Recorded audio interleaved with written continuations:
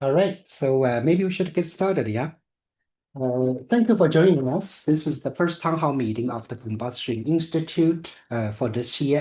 I wanted to just start by congratulating everyone. I believe the reason you're attending this town hall meeting is because your paper, your submission to the symposium have been accepted. Congratulations. So this town hall addresses the next related question is issues surrounding submission of your papers to PROCI. And we have the three editors of PROCI today here to answer any questions you may have. Deanna, Fei, and Michael. So we have this, if you look at the Zoom on the bottom, if you click on this More button, you will see a Q&A section. And please type your question there. Uh, Again, in the middle part of the Zoom window, this is what I see. You will find a button labeled as More, and in it, you will see in the Q&A tab. Open that up, type in your question, and I believe the three editors will take turn to answer any questions you may have. This is all what I have. Just want to welcome every you to join the call. And so, Renny, do you have anything before, the editors start? Just want to let everyone in attendance know that we will be recording the town hall, as well as all of the questions that are asked and the answers. And a recording will be available, as well as a write-up of all of the questions following the meetings, hopefully by the end of this week, but certainly by Monday. Very good. So, Michael, like yesterday, you will give an Yeah, introductory, right? Okay, go ahead. perfect. Well, let me also, on behalf of my co-editors, Deanna and Faye, congratulate you on your submission. And it's truly our honor to be able to steward your papers through the proceedings process. So we'll begin. I will share some information about the process and some of the changes that have been made, perhaps for those of you who are familiar with the previous iterations of the proceedings. Things would be a little bit different, but things that will also be familiar for other journals. Quickly, what we'll cover the procedures in place for the editorial process for the proceedings this year. We'll highlight some of the changes, including specifications of the templates for your articles. I'll introduce the editorial team with their names, and then for the bulk of the time, we'll field your questions and provide answers regarding the process for the proceedings. So to start, here is the timeline for the process. So you received an invitation to submit your paper a couple of days ago on February 3rd. You have until February 10th to accept that invitation. Once you've accepted that invitation, editorial manager will be available for you to submit your full-length paper, and all full-length papers are due on March 15th, and that deadline cannot be extended. All papers must be submitted by that time without any exception. Okay, so then the papers will go through a review process that we intend to take about 5 weeks or so, and we aim to send the reviews and first decisions to all of the authors by the middle to end of April. You will then respond to those reviewer comments, revise your manuscript. Those revisions and responses will be due May 12th, and then most of the papers slash all the papers will be sent back to the reviewers for a second round of comments on the revised manuscripts. And again, it will come back to you with another opportunity to respond to those reviewer comments and revise, and then second revisions will be due June 26th. Once those are sent back, the aim is to complete all decisions by July 10th. That way, all manuscripts have had final editorial decisions before we see you all in Kyoto. So that's the process from invitation to final decisions. We aim to get this done in about 22 weeks. So we want to make this as efficient as possible. And that's where we need you all as authors. Many of you will be asked to be reviewers as well to respond in a timely manner and complete things that need to be done with efficiency as you are able. Okay, so how exactly the steps go by? As I mentioned, you'll need to accept the invitation and editorial manager by February 10th. I stress here editorial manager. We won't be using the system that was used for the symposium, the CMT system. This will be in Elsevier's editorial manager system. You'll then submit your manuscript in editorial manager by the 15th of March. That submission will require 3 components. It will be a sheet that has information for editors and reviewers. I'll say what that entails in a moment. The manuscript file, and then another statement of any interests that need to be disclosed to do that as a standard template. After the first review, you'll submit your revision again in editorial manager by the 12th of May, and then in June for the second revision, as applicable. That submission of revision will include additional information, again, the same page, your point-by-point response to the reviewer comments, as well as your revised manuscript, and then that declaration of any competing interests. So that's the details of what you'll submit in editorial manager. The papers themselves, I'll get to the template in a moment. The papers can be anywhere from 4 to 8 pages, and this does not include the references. So the references are not included in the page limit. You're free to include as many references as are relevant and appropriate for your manuscript. On a very exceptional basis, if 8 pages is not enough, we will consider a length up to 10.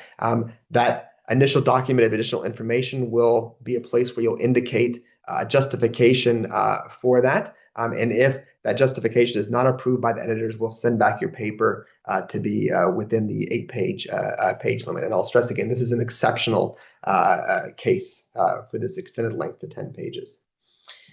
Additionally, all of the submissions to proceedings are based on your submissions to the International Symposium on Combustion.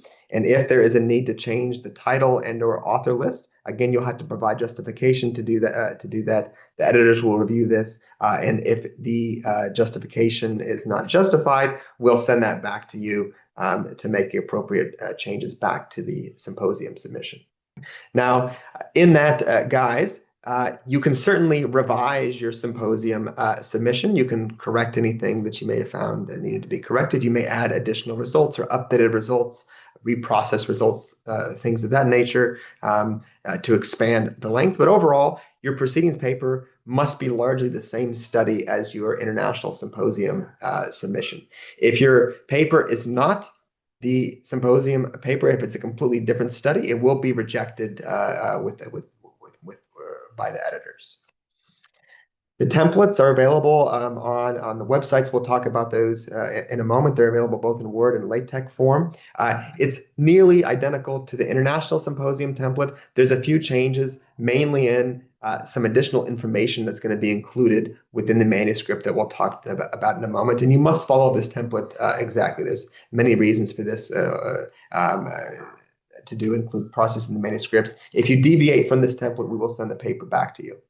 Okay, I've alluded to this additional sheet that includes some additional information for the editors and the reviewers. A couple of things that includes is the novelty and significance statement, author contributions. Those 2 things will also be included within your manuscript files. They need to be included in 2 places, in that additional upload as well as in the manuscript itself. The novelty and significance statement comes with the abstract. I'll show that in a moment.